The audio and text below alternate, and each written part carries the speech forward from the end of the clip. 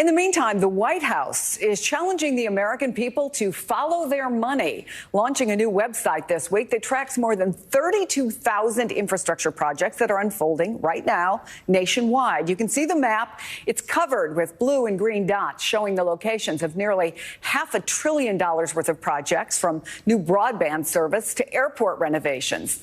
Joining me now, Transportation Secretary Pete Buttigieg. Good to see you, Mr. Secretary.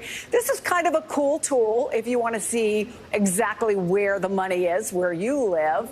But what it doesn't tell you, for example, is when's the work going to start, or how far along is it? How about the disruptions? So for critics who would say this is more a political tool than a practical one, what would you say? Well, this is about providing even more information to the American people about where those tax dollars are going and the economic opportunity it unlocks.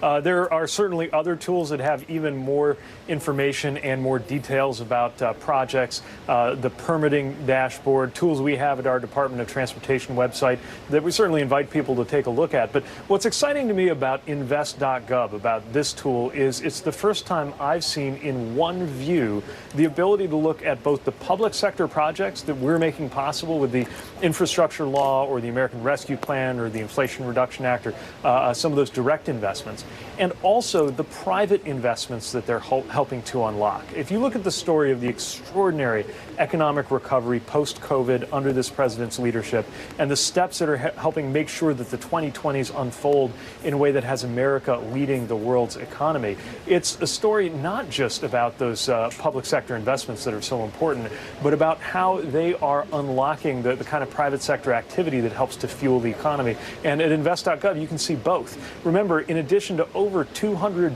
billion that have already happened in terms of those federal investments, there have been over $400 billion of private investments. Part of how we've seen that 13 million jobs created under this president, a record for any president. We're talking about these kinds of what used to be called, I think, green-collar jobs that now I think are more commonly just understood as the future of blue-collar jobs, the good-paying manufacturing jobs in places ranging from DeSoto, Kansas, or Glendale, Kentucky, where I've been able to see EV-related battery facilities, millions of square feet that are going to be creating thousands of jobs, to the semiconductor facilities that are bringing that high-tech investment and the high-tech jobs and the high-paying jobs that come with them right here to American soil. This is about showing in ways that the American people can access transparently how that money is moving, and more importantly than the big numbers, those dots on the map giving you a sense of what this means wherever you live in the United States. So let me ask you specifically, because everybody has to deal with this: bad roads, bad bridges. And if you look at the most recent report card, you know this on the nation's infrastructure. Not so great, lots of C's and D's. So acknowledging that the infrastructure bill was historic in its investment in America's infrastructure, how much of this problem can be addressed through these new projects? Can they turn those grades, say, from C's and D's to A's and B's? How far does this get us? Well, we are contending with about 40 years of underinvestment in so many needed public goods, including our transportation infrastructure. It's how we started getting those tough report cards from engineers, and that was part of why we fought so hard to get that infrastructure package through. Here's part of how I think of the timeline of what we've been doing here. You know, year one was largely about just getting that bill passed, and the president's leadership and the bipartisan cooperation got us there.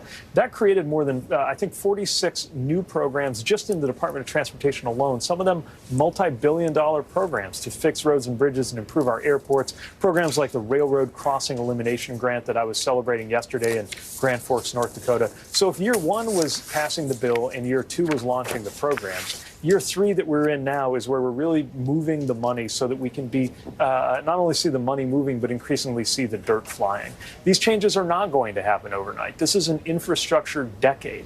Some of the grants that we announced can be done in one construction season. Some are going to take years because we're talking about massive efforts like replacing a tunnel that has needed replacement for decades and has been there for more than 100 years, reconstruction of an airport terminal. Obviously, things like that, rebuilding $1 billion bridge. Those don't happen overnight. On the other hand, there are other projects, in addition to what I would call the cathedrals of our infrastructure. There are these neighborhood backyard projects that are no less significant to the people who will be impacted by them. Again, I point to where I was yesterday, Grand Forks, North Dakota.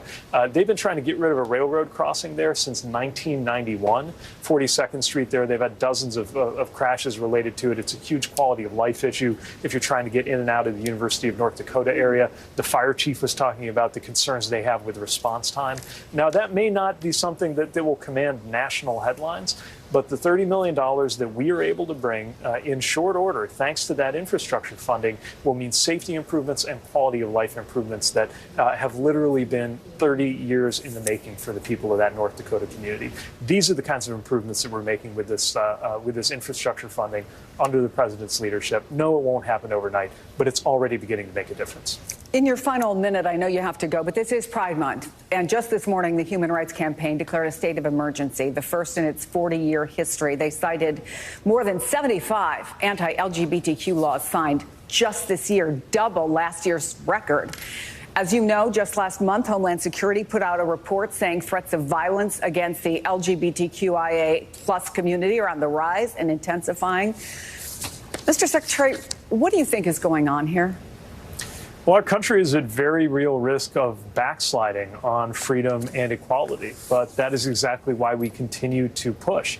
There has been extraordinary work that's been done just in this presidency, certainly the president being able to sign the Respect for Marriage Act, for example. And if you zoom out to the progress that's been made in the last 10 or 15 years, including the ability of somebody like me to be standing here doing this job, it's extraordinary. And yet now you see the attacks on the LGBTQ community, especially on the trans community, and what they are going through. And, I think it's being done out of a perception that it is politically convenient to target vulnerable groups. And honestly, I think where it largely comes from is folks who don't want to talk about why they were against the infrastructure law that's building the roads and bridges. They don't want to talk about why they were against $35 insulin that the president delivered for Medicare recipients. They don't want to explain why they were for these radical positions that speak to what most people are worried about in their everyday lives. And so they focus on targeting some of the people who already do not have a very easy time going about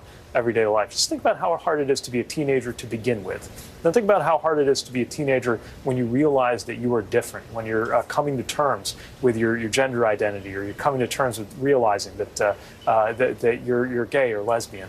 The last thing you need in your life is politicians trying to score political points by making things worse for you. We're going to stand together, whether it's Pride or just any given day, and say, no, we're going to expand, not withdraw, the freedoms and equalities that have been won in this country, and we're going to build on them. Secretary Pete Buttigieg, thank you so much. We appreciate your time, sir. Thank you.